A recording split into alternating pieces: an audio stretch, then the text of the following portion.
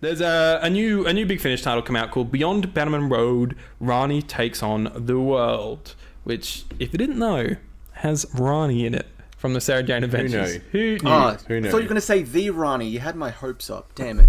Fuck. The Rani takes How over come the Rani world. and Rani not meet? That's a big missed opportunity. That's the third box set. Yeah, that was the third one, yeah. It probably will be. Let's be So, real. yeah, I've listened to the first 2 episodes. We want to do this completely spoiler-free, so we'll keep it pretty brief. But, Chris, yeah, like I said earlier, you've listened to all 3, correct? Yes. Can you give us like a brief 1-sentence summary of just the general vibe of this set? Like, what's it about? What's up with Rani? She is essentially continuing Sarah Jane Smith's legacy in her own way and reuniting with her old friends, particularly Clyde. That's the gist of it, without giving anything away. Yeah, she's just taken on the mantle. We don't have Sarah Jane here anymore, but there's now this huge spot that's left that needs to be filled. It definitely, a lot of it feels like an ode to Sarah Jane. There's so many beautiful moments in it. Yeah. I think it's worth saying that the first episode, I enjoyed both the ones I've listened to so far, but the first one in particular really is probably the most into a Big Finish I've ever been. I don't think the story's that great. I think it's kind of a tired story that they do, a bit of a time loop vibe, which we've seen a million times before. But the actual character work, and I think that's what's really stuck out to me the most with this set, there is character work in the set. And one of the reasons that I do struggle with Big Finish sometimes is because they're kind of restricted as to what they can do with certain characters. You see them at this point in the show, and you see them at this point in the show. Big Finish has to fill up a little bit of the gap in the middle. So you don't actually get to tell like a big character story, but at least within these first 2 episodes, you definitely have character arcs for Rani and Clyde. It's really good, and I've got some behind-the-scenes info on as to why I think that is the case shortly. Do you think it's sort of a good continuation, Chris? Are you happy with it? Absolutely. And this is from someone that wasn't particularly a big Sarah Jane Adventures fan. I recall Sarah Jane hater. No, I wouldn't say hater. I do recall watching some episodes, particularly the ones that the Doctor was in. But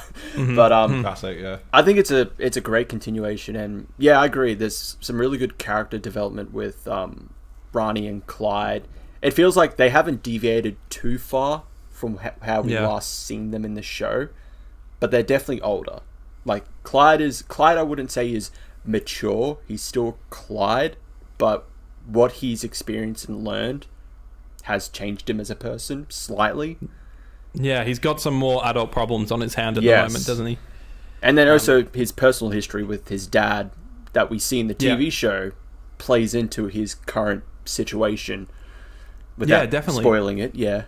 And then same with Rani, like she knows what her future could be and she's worried that's what's going to happen. They're very like millennial problems, I feel, like a lot of anxiety for the future and not necessarily living in the moment and stuff like that. The writer of episode 1 wrote 3 Sarah Jane Adventure stories for the Sarah Jane Adventures TV show. The third one he did was The Nightmare Man. Brilliant. So that's I remember that being a banger, and also gets mentioned in the episode. Yeah. It was cool they brought him back to sort of launch this set. But also the other thing that I found interesting is Emily Cook is the producer. You may know her from, she was a writer at Doctor Who magazine for a long time, I think. And yeah, she's gone on to work at Big Finish now. She was also the big brain behind making all the lockdown tweet-alongs happen. She said that one of the big things about this was they actually went to Russell. And she had conversations with Russell of like where would these characters be right now? Like, what would you like to see them do? So that's an interesting comment. So, like, she went to Russell and said, like, where do you think it's going to happen? Like, what's going to happen and stuff like and so that. he gave, like, ideas of where it should be. And I guess they just had a meeting where they discussed what, I guess, a Sarah Jane spin-off would kind of look like, I guess. Like, Yeah.